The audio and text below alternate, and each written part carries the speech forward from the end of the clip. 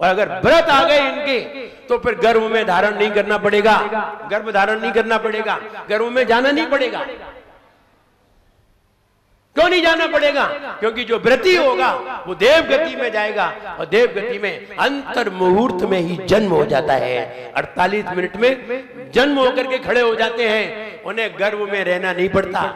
ये तो जब मनुष्य गति में जाते हैं अथवा त्रियंच गति में जाते हैं तब कहीं जाकर के गर्भ में रहना पड़ता है। अगर आप अपने माता पिता का उपकार कर सको तो उनका लोभ खत्म कराओ। जो लोभ बैठा है बहुत खतरनाक है लोभ। अगर आदमी के अंदर लोभ बना रहे, अगर आप 2 प्रतिमाधारी भी हो गए, बहुत भारी धर्मात्मा है, रोज पूजन करते हैं, रोज स्वाध्याय करते हैं, रोज सामायिक करते हैं, और कई व्रत कर डाले, भक्ता अमर के, नमोकार के, 64 रिद्धि विधान जाना जी, कितने सारे व्रत कर डाले और दिन भर हमेशा व्रत करते रहते हैं। ऐसे लोग अगर लोभ खत्म नहीं करते और इनका लोभ खत्म नहीं हो पाता और ये मर जाते हैं तो मालूम है ये व्यंतर देव बन करके दोबारा तुम्हारे घर में आ जाते हैं, फिर परेशान करेंगे। अब बताओ इनको क्या करें? इनको कुछ नहीं करो, इनको समझाओ, लोभ छोड़ो, इनसे ज्यादा लगाव मत करो। फिर क्या करें? इनकी सेवा नहीं करनी, सेवा तो करो लेकिन लगाव मत करो। इनके लगाव को खत्म करवा दो, और अगर तुमने खत्म नहीं करवा पाया तो ये दोबारा फिर तुम्हारे घर में आ जाएंगे। अब तुमसे कहेंगे हमारा स्थान बनाओ, तुम्हारे कपड़े फाड़ेंगे, फिर परेशान करेंगे। राजस्थान में ये वाली पद्धति बहुत है, क्योंकि राजस्थान के लोग भोगी ज्यादा है। ऐसा नहीं है भक्त नहीं है, भक्ति है, लेकिन भक्ति के बाद भी उनके अंदर मोह प्रवृत्ति ज्यादा है। और मोह प्रवृत्ति ज्यादा होने के कारण वहां देखो तुम एक से एक घर में पृथ्वी बैठे हैं, लाइन लगी है, क्यों बैठे रहते हैं? उनका मोह नहीं छूटता है, और मरण होने के बाद भी वे व्यंतर आदि बनते हैं, फिर आ जाते हैं। लोभ के कारण हम वहीं आते रहते हैं। दुनिया इतनी बड़ी है, तुम्हें यही घर मिला, दूसरा घर लेते हैं, दूसरी जगह जाते हैं, लौट के वहीं क्यों आ गए? क्योंकि हमने संयोग बना लिया, योग बना लिया लोभ के कारण। आखिर लोभ कैसे त्यागा जाए? लोभ को त्यागने के तरीके क्या है? शुरू से ही त्याग करने की भावना डालो, शुरू से ही त्याग करने की भावना डालो। खाने में, पीने में, पहनने में, रखने में, सब में त्याग करने की भावना डालो। लिमिटेड हो, लिमिट में आइए। हम इतना ही प्रयोग करेंगे, इससे ज्यादा नहीं करेंगे। 2 बार ही भोजन करेंगे, 1 बार ही भोजन करेंगे, इतने ही वस्त्र रखेंगे। तुम सबसे पहले खाना कम कर दो, अपने आप सब में लिमिट बन जाएगी। लेकिन आदमी इसी में ही लिमिट नहीं करता, रात भर चलता रहता है। रात को जब तक सो नहीं जाता, मुझे याद आता है गर्मी में लोग गर्मी में ऊपर छत पे सोते हैं। अब तो कौन सोता है? अब तो गए जमाने ऊपर छत के, अब तो छत पे मिट्टी पड़ी रहती है। पहले गर्मी में ऊपर छत पे सोते थे तो एक मटका रख लेते थे बाजू में, यानी इसको रात में भी चैन नहीं है। बीच में उठ गए तो फिर पी लेंगे, और नहीं उठे तो फिर बात की। कितना लोभी है आदमी, तो जीने की इच्छा करता है, और जी लें और जी लें। अरे कितने जीना है? याद आता है जब राजा के यहाँ यमराज आ गया, और यमराज ने कहा चलिए आज हम राजा को लेने आए। राजा तो घबरा गया, 60 साल का हो गया। 60 साल का होने के बाद उसके बच्चे 35 साल के हैं, और बच्चों के भी बच्चे हैं 10-10 साल के। 60 साल का हो गया तो भी यमराज आया तो राजा रोने लगा। तो यमराज ने कहा रोने की बात क्या है? हर किसी को दुनिया से जाना है, तुम्हें भी जाना है, तुम भी चलिए, आज तो हम आपको लेने आए हैं। बोले नहीं नहीं, हम अभी जाना नहीं चाहते हैं। बोले क्यों नहीं जाना चाहते? बोले अभी हम थोड़े से और रह लें। तो यमराज ने एक बात कही, यमराज ने कहा कि हम तो लेकर के जाएंगे, हम बैरिंग वापस नहीं जा सकते। अगर आपको नहीं जाना है तो आप कोई अपना पुत्र भेज दो। राजा ने अपने पुत्रों से पूछा, उसके 5-6 पुत्र थे, अपने पुत्रों से पूछा कि तुम में से एक चले जाओ तो कम से कम मेरी जिंदगी बच जाएगी। तो एक पुत्र को समझ में आया, पुत्र ने सोचा हम अपने पिताजी का ध्यान रखें, और पुत्र थोड़ा दिमाग से कमजोर था, उसने कहा ठीक है यमराज जी हमें ले चलो, मेरी उम्र पिताजी को दे दो। और पिताजी को उसकी उम्र दे दी गई, 20 साल की उम्र उसे दी गई, 60 के 80 के हो गए। 80 के होने पर फिर यमराज आ गया। यमराज ने कहा भाई चलो, बोले अभी नहीं, बोले देखो मैं बैरिंग वापस नहीं जाऊंगा, मैं किसी को लेके तो जाऊंगा, बताओ अब की बार किन्हें भेज रहे हो। तो एक बेटा से फिर कहा, तो एक बेटा ने फिर अपनी जान दी और बोला ठीक है हम जाते हैं, आप यहीं रहिए। 100 साल हो गए, 100 साल के बाद जब यमराज आया, अब उस पे उठते भी नहीं बनता है, बैठते भी नहीं बनता है, फिर भी यमराज जैसे ही लेने के लिए आया तो बोला अभी नहीं। तो उनका जो बेटे के बेटे का जो बेटा था, चौथी पीढ़ी आ गई। एक पीढ़ी 20 साल की 25 साल की होती है, चौथी पीढ़ी आ गई। चौथी पीढ़ी में जो उनका जो नाती का बेटा था वो खड़ा हुआ, बोले मुझे ले चलो। तो दादाजी आश्चर्य में पड़ गए कि बेटे ने नाम नहीं लिया, बेटों के बेटे ने कोई बात नहीं की, लेकिन बेटे के बेटे के बेटे ने जाके कह दिया मुझे ले चलो। वो लगभग 15-20 साल का था।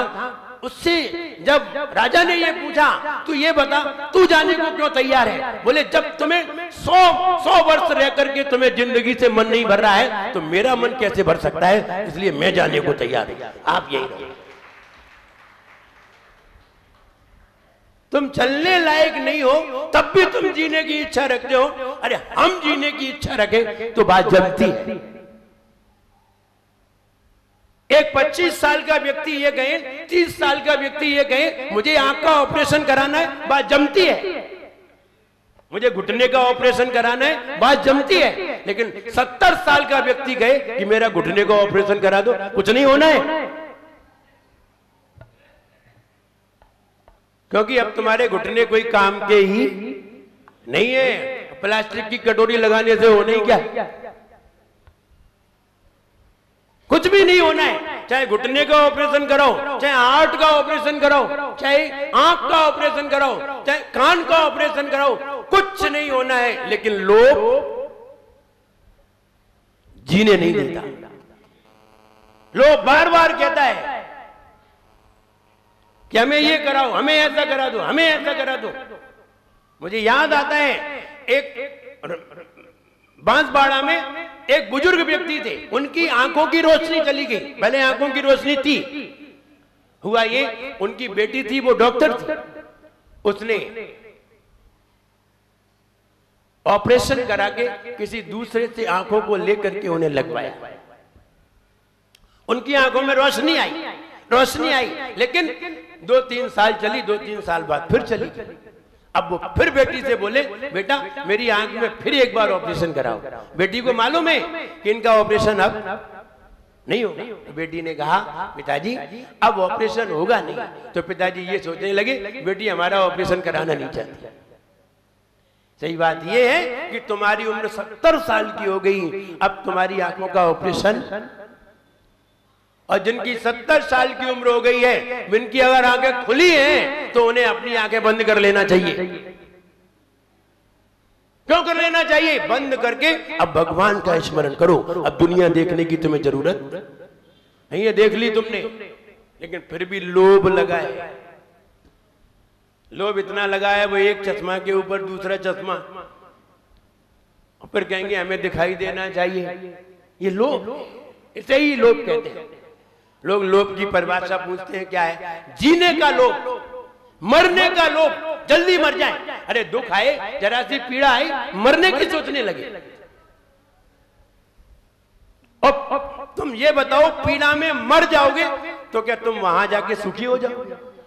वहां जाकर के और ज्यादा दुखी होगे। जो एक बार सुसाइड कर लेता है, और सुसाइड वे ही करते हैं जिन पे दुख सहन नहीं होता, जिन पर दुख सहन नहीं होता। तो क्या कर लेते हैं? सुसाइड कर लेते हैं। सुसाइड कर लेते हैं। तो सुसाइड की भी बड़ी विचित्र बात है। जब पति गुस्सा में आकर के पत्नी को बता रहा था कि देखो तुम नहीं मानोगे तो हम फांसी लगा लेंगे, वो तो डरा रहा था, पत्नी को डरा रहा। पत्नी खाना बना रही थी, उसने स्टूल रख लिया, स्टूल लगा के एक पंखे पे फंदा भी लगा लिया और फंदा गले में डाल लिया, स्टूल पे खड़े होके देखो अभी भी मेरी बात मान जाओ, हम अभी भी फांसी नहीं लगाएंगे, तुम नहीं माने तो हम फांसी लगा लेंगे, अभी भी मान जाओ। अब वो महिला अपना चौके में काम कर रही थी, लेकिन फिर भी उसने पहले महिलाओं को बुलाया, फिर समझाया, देखो अभी भी मान जाओ। तो मालूम है महिला क्या बोली? महिला बोली तुम्हें जो करना है जल्दी करो, हमें स्टूल चाहिए।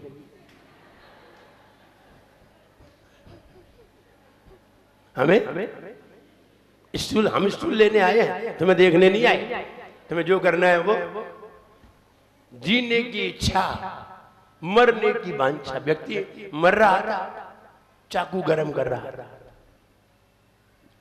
सुसाइड करने जा रहा था चाकू से, और चाकू को क्या कर रहा था? गरम। तो बोले भाई साहब चाकू गरम क्यों कर रहे हो?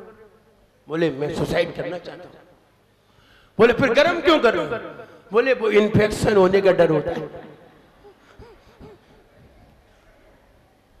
कहीं हमने चाकू लगाया इन्फेक्शन हो गया तो, और मरने जा रहे हैं। यानी अभी भी जीने का लोभ है, मरने को जा रहे हैं फिर भी जीने की तमन्ना तो बैठी है। तो इसलिए जीने का लोभ होता है, मरने का लोभ होता है, कभी इंद्रियों का लोभ होता है। हमारी इंद्रियां बिल्कुल सही बनी रहे, आंखें सही बनी रहे। वो हम ये चाहते हैं कि हम बस जब जाएं हमारा मरण हो तो चलते फिरते हो जाए, हमें परेशानी ना हो, हम हॉस्पिटल में नहीं जाएं, हम बीमार ना हो, कहीं ऐसा ना हो कि हमें दिखाई ना दे, हमारे मुंह से बोल ना निकले। हाँ चाहते तो तुम सब हो, लेकिन वो भी चलते फिरते लोगों को उठाता नहीं है, जो बिना काम के होते उन्हें उठाता है। अब तुम्हें उठाएगा ही नहीं, तुम चलते फिरते रहोगे तो। अब या तो लेटो, या तो ऐसे हो जाओ कि उठने लायक नहीं रहो, तो वो उठाए। वो तो तब उठाएगा जब तुम खुद नहीं उठ पाओगे। वो इतना पागल नहीं है कि चलते फिरते लोगों को उठा ले। फिर चलते फिरते लोगों को क्यों उठा लेता है? कोई युवा होते हैं, कोई बच्चे होते हैं, वे क्यों मर जाते हैं, उनको क्यों बुला लेता है? वो नहीं बुलाता है, यही जबरदस्ती पहुंच जाते हैं। तो उसकी क्या गलती? हाँ उसने तुम्हें इनविटेशन कार्ड पहुंचाया हो तो बात अलग है कि हम लेने आए। नहीं, अब यही जबरदस्ती पहुंच गए, नहीं हमें आने, आ जाओ भैया चलो। अब तुम्हें जबरदस्ती मोटरसाइकिल चलाओ तेज, फिर भिड़ जाओ, फिर गिर जाओ, फिर मर जाओ, तो उसकी क्या गलती है? उसकी कोई गलती नहीं है। अगर तुम मरो नहीं और फिर वो तुम्हें मारे तो बात है, लेकिन वो तो तुम्हें मार ही नहीं रहा, तुम ही मर रहे हो। वो कहते हैं ना, वो एक गीत आता है, मारने वाला है भगवान।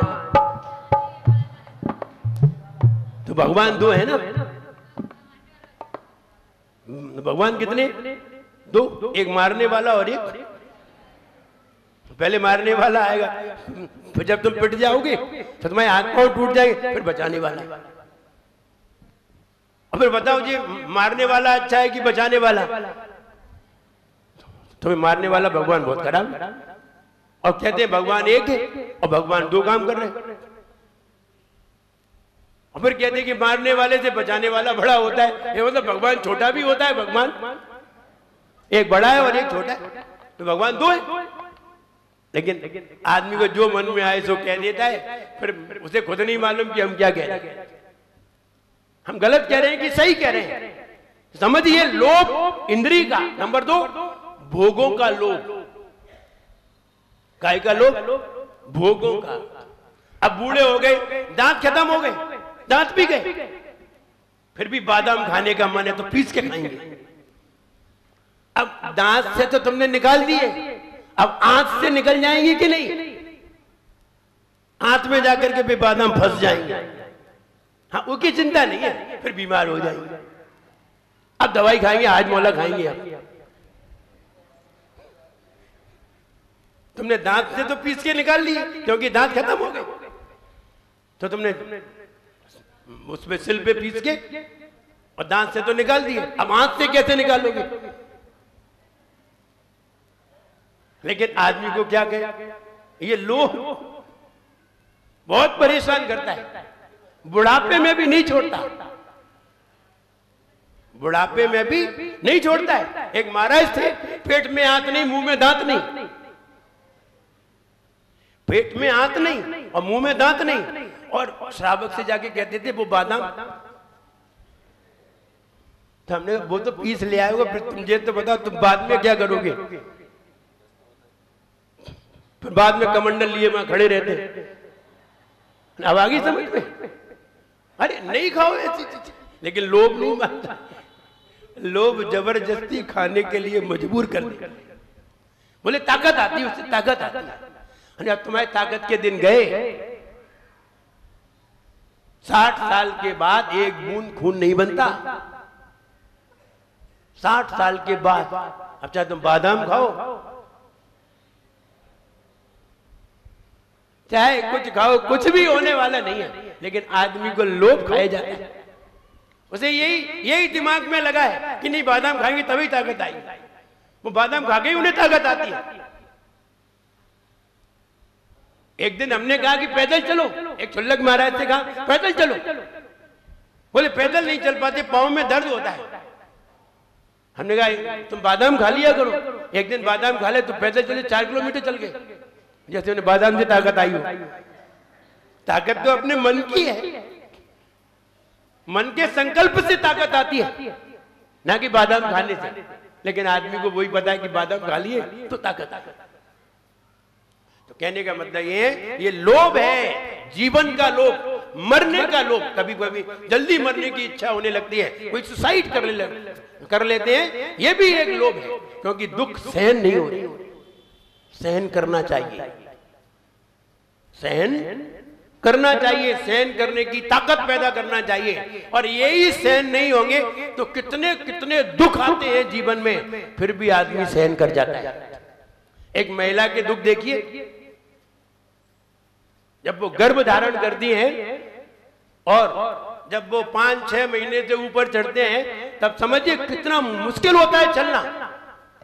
एक आदमी के पेट से 2 किलो की ईंट बांध के चलाओ उसे, आदमी के पेट से 2 किलो की ईंट बांध दो, एक ईंट बांध के कसते रस्सी से चल, चलना मुश्किल हो जाए। कितने भारी दुख सहन करते हैं, फिर भी जीते हैं।